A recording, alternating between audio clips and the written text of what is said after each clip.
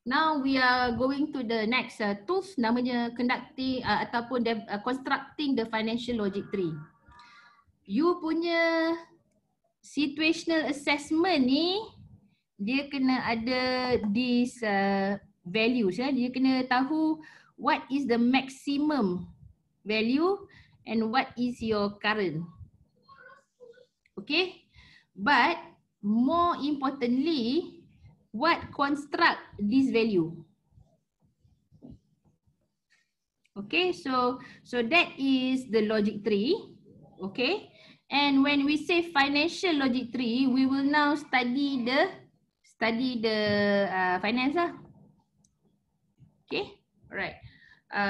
As a consultant, most of the time, bukan most lah, every time, every solution yang you nak buat mestilah berkait rapat dengan bottom line. Okay, adakah solution you nak buat ni boleh increase profit atau maximize profit, reduce cost, apa semua dia kena berkaitan dengan bottom line ya. Dan dia akan ada dua approach. Sama ada you can measure it extrinsically or intrinsically lah, intrinsic lah. Okay, so yang kita nak tunjuk sebab if you read more about MBTI, most top management dia ni T dan N. Most lah ya. Dia suka tengok bigger picture. That's why dia suka situational assessment sebelum bincang pasal problem. Dan dia suka thinking. Dia suka logic tu, dia suka logic tree tu. So you will see that most management ni, top management ni dia akan ada N dengan T. Okay? Tetapi dia punya N dengan T tu mesti disupport pula oleh S yang kuat dan F yang kuat. So you will see that a good leader, bila dia kenal dia punya strength, dia akan pasang kaki dia different strength lah. Ya, kalau dia pasang kaki yang sama, dia macam cakap dengan cermin kan?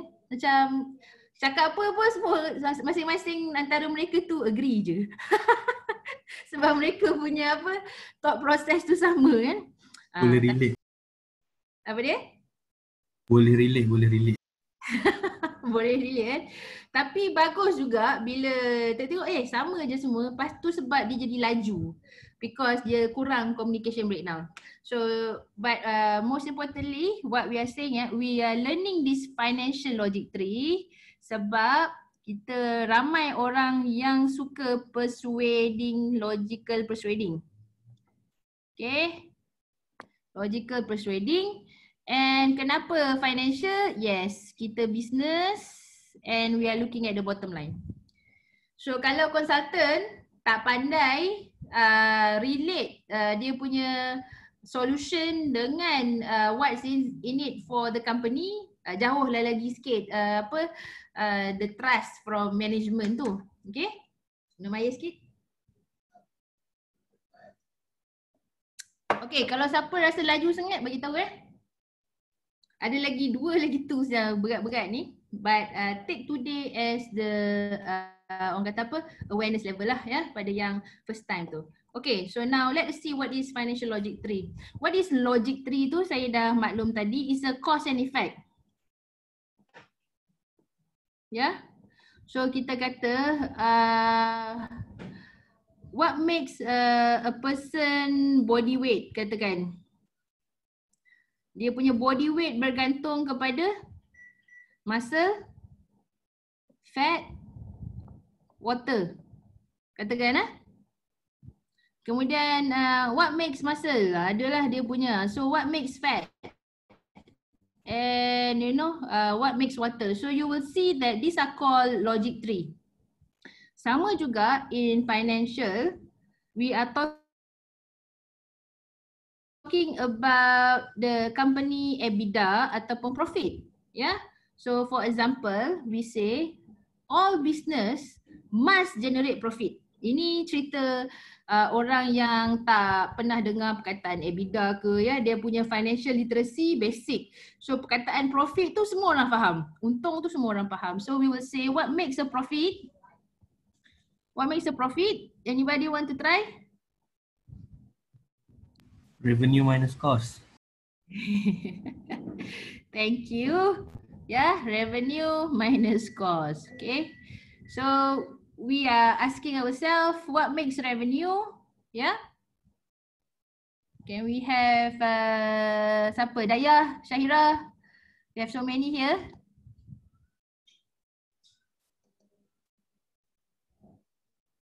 Macam mana kita generate Sales. revenue? Yeah? Sales. Sales? Revenue is sales, correct? But what makes sales? Marketing activity. Product. Okay, I would say unit of product, Price. ya, kali dengan Price. Right. Okay. Right. So now we ask ourselves. Mana nak letak ni kat atas?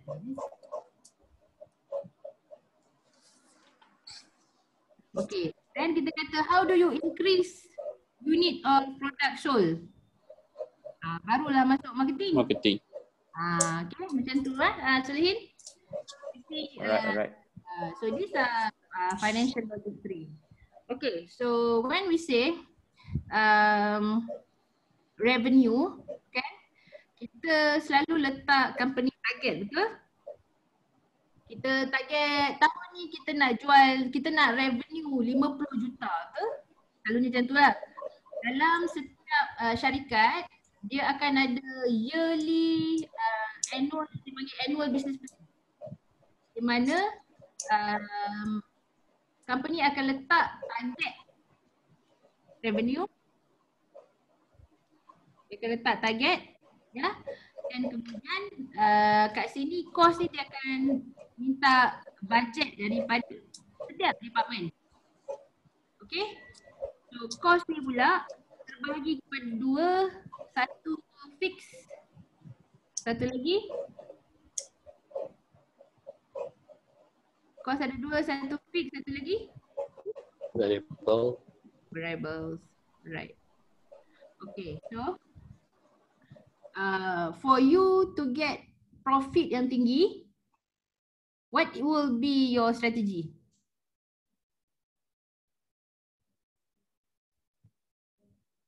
Anybody want to try? Increase Dayah? revenue. Increase Increase revenue. revenue. Reduce cost.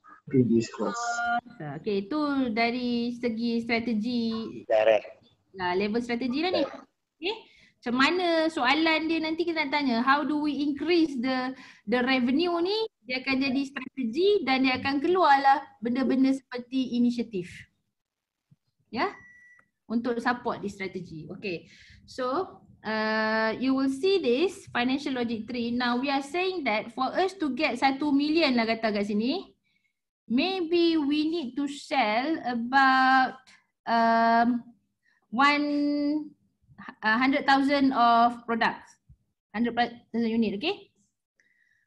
So, a unit product can only be sold jika marketing ada dan product is available.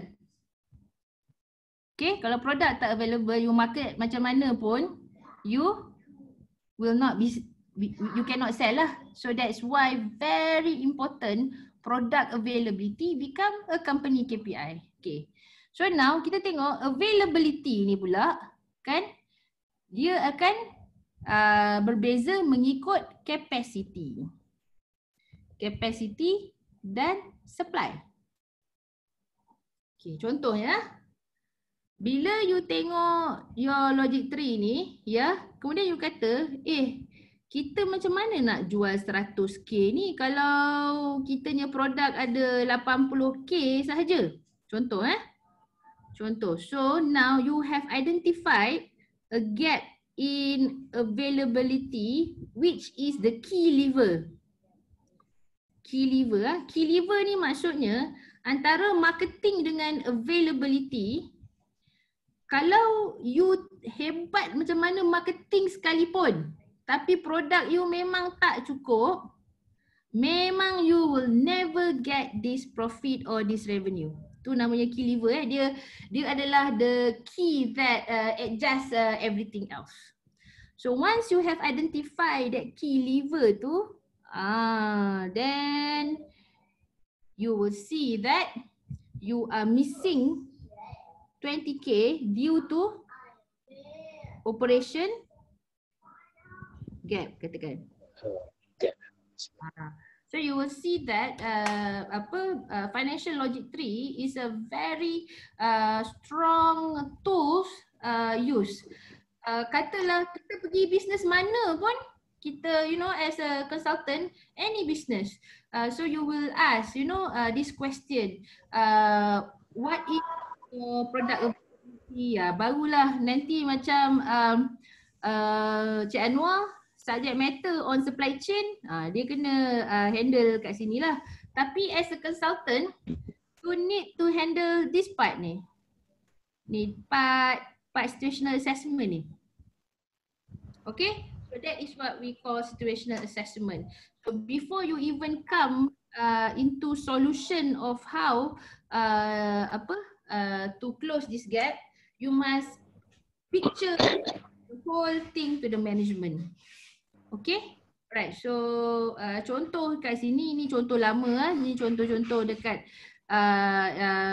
OPI Petronas tu, katakan dia punya earning kan, based on revenue is price times dengan dia punya overall effectiveness, overall equipment effectiveness.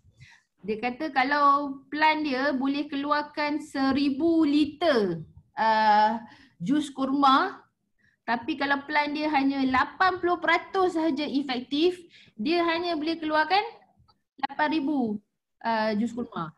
So walau macam mana you buat marketing sekalipun, you will not close or meet your target kalau tak available. There are business that does not do marketing at all.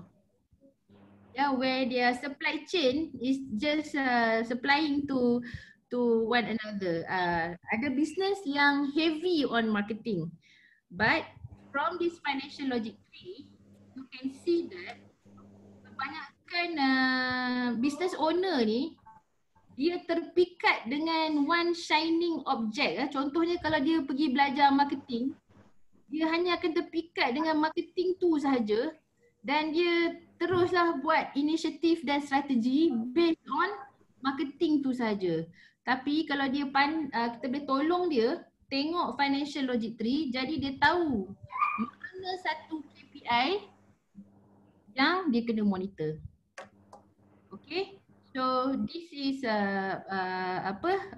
the use of financial logic 3. Kita akan belajar KPI nanti ujung-ujung sikit right, masa kita belajar performance model dengan operating model. Tapi for financial logic 3 ni kita belajar untuk situational assessment. So consultant masuk je company, kena kawan dengan orang finance. Sebab data-data ni orang finance punya. Agak-agak finance ni, apa dia selalunya traits orang yang duduk kat finance account ni, katalah Syidah lah katakan. Apa dia punya trait?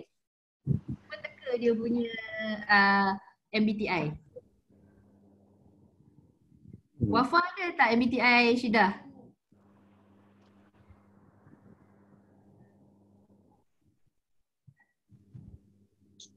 Dalam list? Ada. Ada. Okey, siapa nak teka? Okey, saya Dia ada I. Dia ada I. dia ada. Okey. ISTJ. ISTJ. Imran teka ISTJ. Salah. INTJ. INTJ. INTJ Yeay. Siapa teka tu? Solihin. Okay. Rashida pun INTJ. Tapi kau jangan letak gambar tu, geram tengok gambar still tu. Tak bagaimana tu. Letak gambar je guna-guna tu. Okay, alright. So clear bab logic 3 ni? Kenapa kita Tadi kena... jawapan dia apa? Ya? Yang MPI untuk finance. Okay, selalunya finance adalah I. Finance account lah, dia adalah I. Selalunya lah, tapi tak semua, okay. I would say 60% macam tu lah, 60-70% tu dia punya I. Dan selalunya mereka ni S, dia orang mesti S. Kalau dia orang ni tak S, susah dia orang nak perform sebab dia punya dunia dia dengan numbers, data. Okay, kemudian sebab background dia orang ni accounting tau. Dia macam very logically formatted . So T would be there and of course they are J. Ya, tu sebab dia orang senang je bila kita kata boleh tak kita nak minta duit untuk beli something. Sorry tak ada duit. Dia mudah dia buat keputusan. Bayangkan orang finance kita dia P. Kan orang finance tu P. Wah, memang lagi 2 bulan pun hantar bajet tak dapat result. So a good formula ya, a good traits profile yang I suspect mereka ni adalah the ISTJ lah. Cuma Syida adalah INTJ. So for an accountant or finance who have N means that dia bukan sahaja mahir dengan data, dia boleh appreciate the bigger picture when it comes to spending. So we are good as well for that. Analytics dia power lah. Ya, dia boleh appreciate lah kalau orang minta budget, orang nak buat inisiatif, tak adalah dia kira duit je kan. So that's very good lah. Okay. Alright, dah habis dah financial logic 3. Senang je kan financial logic 3 ni? Konsep dia senang, nak buat tu agak remeh juga, tapi kalau kita guna formula yang simple ni, revenue minus cost semua ni, you now. Okay. Nak take a break 5 minutes sebelum sambung ke topik yang lebih heavy iaitu capacity asset capacity. Want to take 5 minutes break? Boleh? Okay. 5 minute break. So I will put tak apalah, you just leave your computer macam tu lah. Yeah, I will also off my video.